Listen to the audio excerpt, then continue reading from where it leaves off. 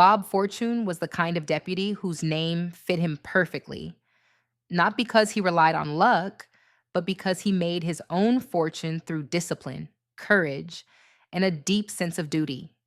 Serving as a black deputy U.S. Marshal in Indian Territory, Fortune worked in a world where danger was constant and justice was fragile.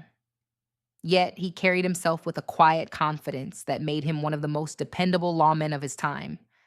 Fortune's story begins in the rugged landscape of the frontier, a place where the rules were often written by the strongest men, not the fairest ones.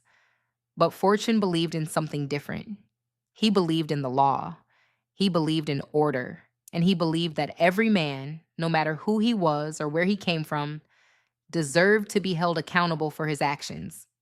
As a deputy marshal, Fortune rode under the jurisdiction of Judge Isaac Parker, whose court demanded deputies capable of tracking fugitives across hundreds of miles of unforgiving terrain. Fortune was one of those men. He rode through thick forests, across open plains, and into remote settlements where outlaws hid among friends and family. He followed trails that were days old, relying on instinct, patience, and a deep understanding of the land. One of the things that set Bob Fortune apart was his ability to stay calm under pressure. He wasn't easily rattled. He didn't rush into danger. He approached every situation with a clear mind and a steady hand. That calmness saved his life more than once.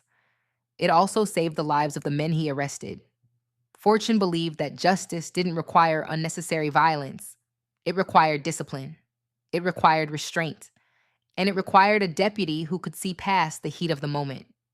There was one pursuit that defined Fortune's reputation.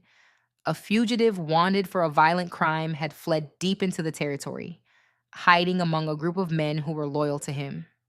Most deputies would have waited for backup, but Fortune knew that waiting meant losing the trail. So he rode in alone, approaching the camp with confidence and purpose.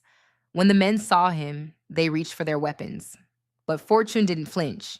He spoke with authority, reminding them that harboring a fugitive would only bring more trouble. His voice was steady, his posture unshaken, and slowly, one by one, the men lowered their guns. The fugitives surrendered without a fight. That moment wasn't about luck. It was about presence. It was about the kind of strength that doesn't need to shout. Fortune's courage wasn't loud. It was steady, grounded, and rooted in a deep belief that justice could be carried out without chaos. Fortune worked closely with other Black and Indigenous deputies, forming bonds that were built on trust and shared danger. They rode together, protected one another, and understood the weight of the badge they carried. In a world where backup was often miles away, those bonds meant everything. They were brothers in the truest sense, not by blood, but by purpose. As the years passed, Bob Fortune became known as a deputy who could be counted on. He wasn't the most famous. He wasn't the most talked about, but he was one of the most respected.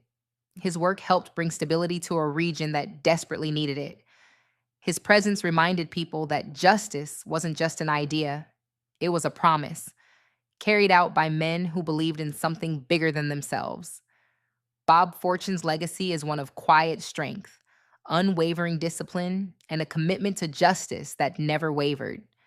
He stands as a reminder that the frontier wasn't shaped only by the loudest voices or the most dramatic stories.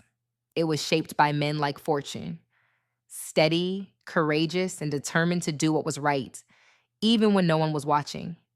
This is Black Justice Untold, the stories they tried to erase, now remembered. If this moved you, like, share, and subscribe so we can keep reclaiming our history together. Our stories deserve to be seen, heard, and remembered.